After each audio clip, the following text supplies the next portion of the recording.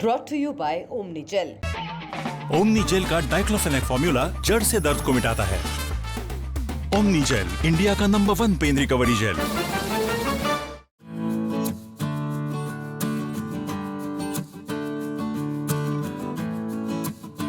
इस तस्वीर को देखकर आप सोच रहे होंगे कि आखिर हो क्या रहा है। आप सोच रहे होंगे कि क्या व्हाट्सएप कॉल के पैसे लगने वाले हैं। इंस्टाग्राम से वीडियो कॉल करने पर आपकी जेब हल्की होगी। Zoom call, FaceTime, Google Meet से इंटरनेट कॉलिंग के दिन लदने वाले हैं। ओटीटी ऐप्स बंद होने वाले हैं क्या? सरकार के नए टेलीकॉम बिल के बाद लगातार इन सवालों को लेकर चर्चा हो रही है। आखिर ऐसा क्या है इस बिल में जो इसकी चर्चा लगातार हो रही है? सारे सवालों के जवाब हम आपको देते हैं। सरकार एक नया बिल, इंडियन टेलीकम्युनिकेशन बिल 2022 लेकर आ रही है, जिसका ड्राफ्ट पूरी तरह तैयार कर लिया गया है।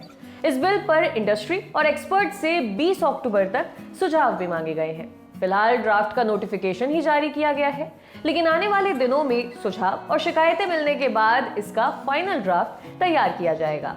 इसके बाद सरकार की बनाई कमेटी इसे अप्रूव करेगी और फिर इस बिल को संसद की प्रक्रिया से गुजरना होगा। सरकार के मुताबिक इस बिल का मकसद फर्जीवाड़े को कम करना और यूजर्स को ज्यादा पावर देना है। अब समझते हैं कि इस बिल में आखिर है क्या। बिल अगर कानून की शक्ल लेता है तो आपको जानने का अधिकार होगा कि आपको फोन या एसएमएस कौन कर रहा है। मतलब जैसे ही आपको कोई फोन आएगा तो स्क्रीन पर सामने वाले का नाम लिखा होगा। आगे आपकी मर्जी कि फोन उठाना है या नहीं। अच्छी बात यह है कि नॉर्मल नंबर से आने वाले कॉल के साथ इंटरनेट कॉल जैसे व्हाट्सएप के लिए भी ऐसा करना जरूरी होगा। अभी भी कई थर्ड पार्टी ऐप्स हैं जो इस तरह की सुविधा देते हैं, लेकिन उनके साथ एक दिक्कत है। इस तरह के ऐप पर आप किसी का भी नाम एडिट कर सकते हैं, लेकिन अब राइट टू नो सीधे KYC यानी कि नो योर कस्टमर से जुड़ा होगा। यानी नंबर जिसके नाम से स्क्रीन पर वही दिखेगा, जो अगर किसी तरह की कोई गलत हरकत की तो 50,000 से 1 लाख तक का जुर्माना लग सकता है।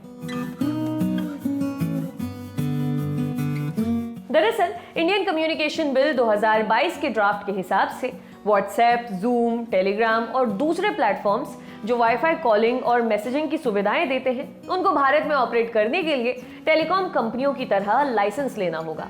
भारत में मौजूद टेलीकॉम ऑपरेटर्स जिन नियमों का पालन करते हैं, उनकी तरह इंटरनेट कॉल्स वाले ऐप्स को भी इन नियमों का पालन करना होगा।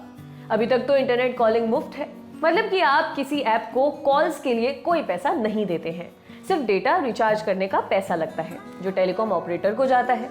अब अगर ये बिल पास हो जाता है और लाइसेंस लेने वाली बात प्रभावी होती है तो ऐसा हो सकता है कि यूजर्स को इंटरनेट फीस के साथ साथ ऐप्स को भी पैसा देना पड़ जाए। ऐसे कयास हैं क्योंकि फिलहाल इसकी पुष्टि नहीं की गई है। नया कानून OTT ऐप्स जैसे कि Netflix, Amazon prime video, Hotstar पर भी लागू होगा। कहने का मतलब ये है कि सरकार इनसे इनके कस्टमर का डेटा मांग सकती है। ये तो हुई नई टेलीकॉम बिल 2022 से जुड़ी कुछ जरूरी बातें। अब खबरें हैं कि अगले 6 से 10 महीनों के भीतर इस ड्राफ्ट बिल को लाया जा सकता है और तब इस बारे में हम विस्तार से बात करेंगे। आपके लिए खबर लिखी थी हमारे साथी सूर्यकांत ने।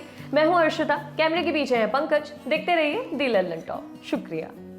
नवरात्रि की शुरुआत हो चुकी है और साथ ही शुरू होने वाली है लल्लन टॉप की गुजरात यात्रा। गुजरात का सबसे रंगीन रूप देखने आ रही है लल्लन टॉप की टीम आपके शहर। हम पहुंच रहे हैं वडोदरा और अहमदाबाद और मेरे साथ जा रहे हैं अभिनव। कब जा रहे हैं हम अभिनव? 1 से 4 अक्टूबर के बीच हम आपके शहर आएंगे, आपसे पूछेंगे, आपसे बतियाएंगे। आप हमको सजेशन दीजिए, इतनी सी मदद कीजिए कि आपके शहर में सबसे अच्छा गरबा कहाँ खेला जाता है। हम भी चलेंगे, गरबा खेलेंगे, गुजराती खाना खाएंगे और उसके बाद खूब सारी स्टोरीज इनके लिए ले आएंगे। लेकिन उसके लिए हमको आपको सजेशन देना है। कहाँ पे सजेशन देंगे? chunav@lallantop.com पर फटाफट अपना सजेशन हमें मेल कर डालिए, बताइए हमें कहाँ जाना है, कैसे करना है। आपके बीच आपका लल्लन टॉप आ जाएगा। जल्दी मुलाकात होगी।